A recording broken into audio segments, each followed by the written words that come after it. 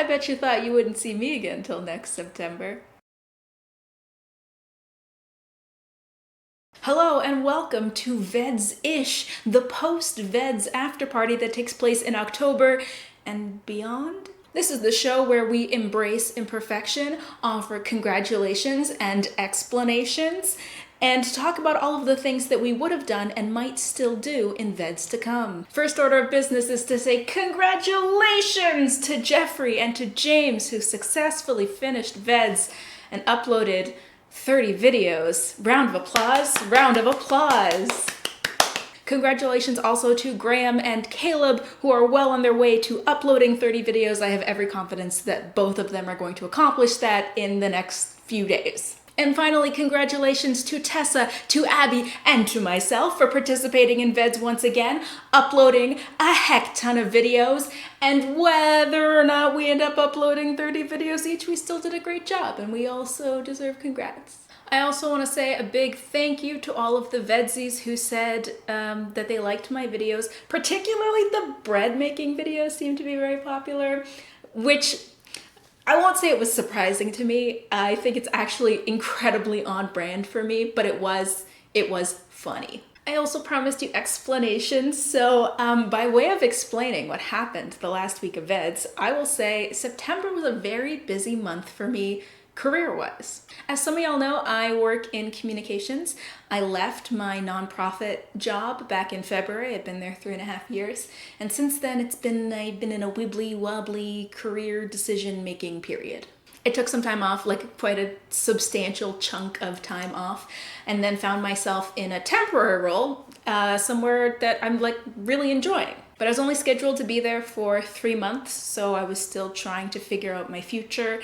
And for some reason in September, like all within about a week or 2 weeks, I suddenly was getting job news from different people from different places, like just having conversations and getting maybe kind of offers or expressions of interest.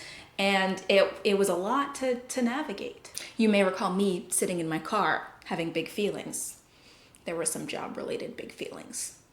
The long and short of it is, after some big conversations, I have found myself getting to continue to work at the place that I'm currently working for another 6 months in a slightly different role, which I'm nervous about, but also very excited about. It feels good. It's been good. I'm also on the advisory board of my university's School of Communications. I am there as an alumnus and as a communications professional. I really enjoy those meetings. I wanted to make a video coming out of one of those meetings. I was in my field, so it wasn't a good moment to do it. But I love those meetings because I love getting to talk to other comms professionals. And it's been a good month for feeling as though my work and my presence is valued and respected, and that I have something to contribute, and that I am, a mid-career professional, still early career, but mid-career professional who has something to bring to a workplace.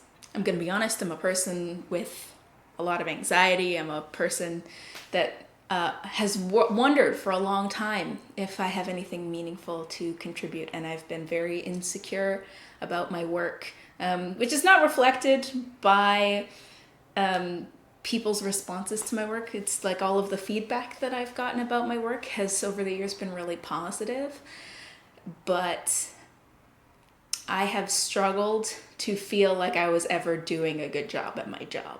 And I'm finally getting to a place where maybe I think that I'm good at my job.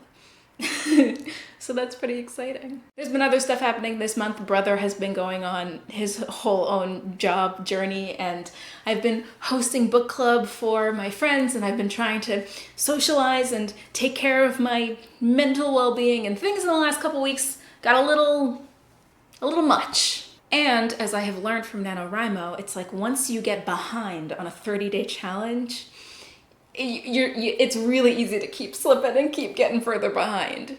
So I posted what I could, and some days I chose to sleep, and some days I could have made a video and just couldn't be bothered. Sometimes we decide we just couldn't be bothered. It's not that this isn't a priority, it's that everything is. So why am I making a video today? Why today? Why in October? Well, on my way to work this morning, I had a thought, and the thought was this. Something has its claws in me. Maybe it's afraid. My brain is not doing the best. It's not doing terrible, but it's but the phrase that popped into my head was a whole phrase. Something has its claws in me. Maybe it's afraid. I have a cat.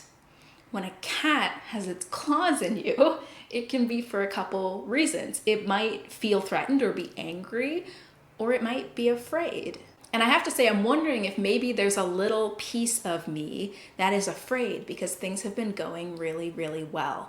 Things with my work, things with my family, things with my friends, things with my brain and my house. There's been a lot of things that have been going really, really well in the last few months. And I don't know about you, but sometimes I find that scary. It's like life is this balancing act. You're spinning plates, and there's all of the stress about like, ooh, they're wobbling, and they're what if they're about to fall, and you're trying to keep all of the plates spinning, and then there's this glorious moment where you've reached equilibrium, and all of the plates are spinning perfectly. And you look at it and you enjoy it and you go, hell yeah, I've got all the plates spinning. And then you go, oh my God, I don't know if I can keep this up.